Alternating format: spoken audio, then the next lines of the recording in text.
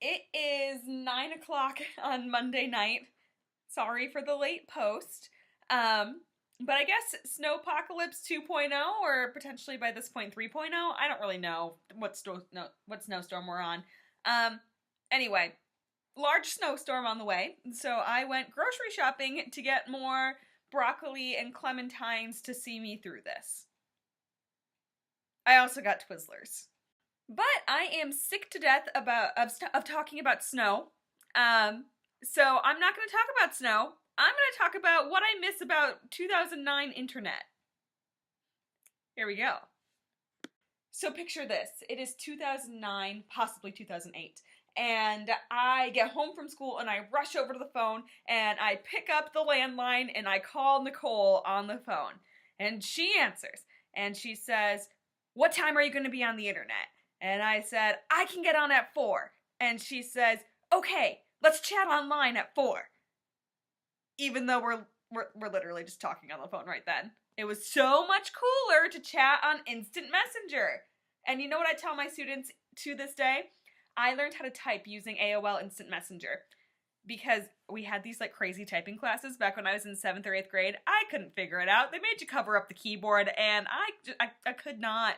But I learned how to type because AOL Instant Messenger was instant and I needed to get my voice out to Nicole or to Corey or to Leah or whoever I was talking to. I miss AOL Instant Messenger. And when I was first on Facebook in 2007, there was a function called Inbox, but there was not a function that was like a messenger. But if you called all your friends before, you could like send them on messages on Inbox. It was like emailing, but we would reply to each other right away because we would have coordinated to all be on Inbox at the same time. I was 12 and I probably should not have had a Facebook at that point in time because it was limited to high school students, but my cousin Leah got me onto the Unity network by lying about my age.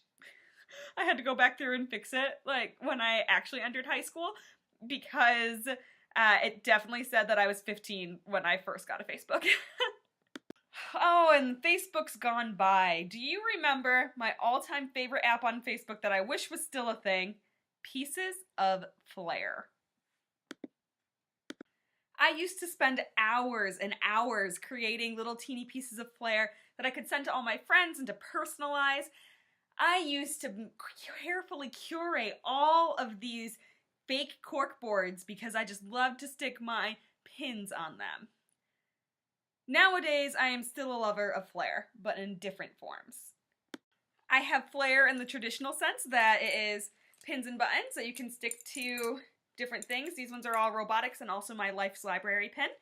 And then, of course, robotics swag, which is, aside from my safety glasses, all sorts of those actual pieces of flair. And then, of course, my favorite kind of flair, stickers that I have everywhere. So I have them on 3 different water bottles, although one of my bottles is at school. I have it on my 2018 notebook and my 2017 notebook. And then I also have it on my college laptop. I even have one from Grand Rapids Original Swing Society still on here. Now that's an old sticker.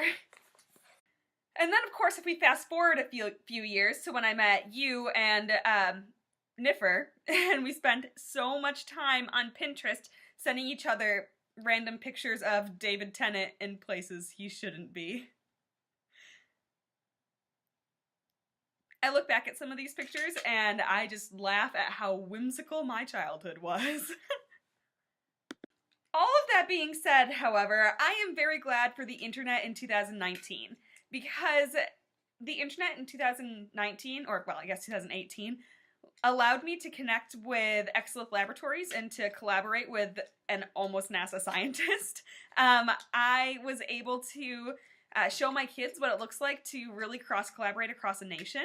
The internet in 2019 gives me a better way to teach and a better way to manage my students. It makes my life a whole lot easier because I have to deal with less physical paper.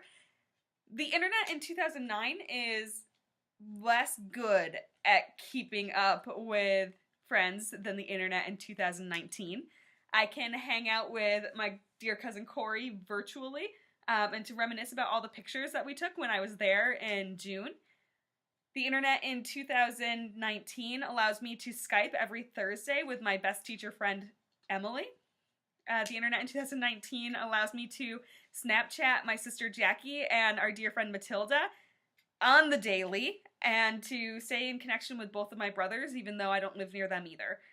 The internet in 2019 looks different than the internet in 2009, but I think that it's probably much better. So what do you think, Andy? Internet 2009 or Internet 2019? Which one was better? I definitely have nostalgic feelings about Internet of 2009, but I can also remember my mom yelling down the stairs in our old house, "Jess, you need to get off the computer because I have to make a phone call." Yeah, dial-up was fun. I'll see you tomorrow, Andy.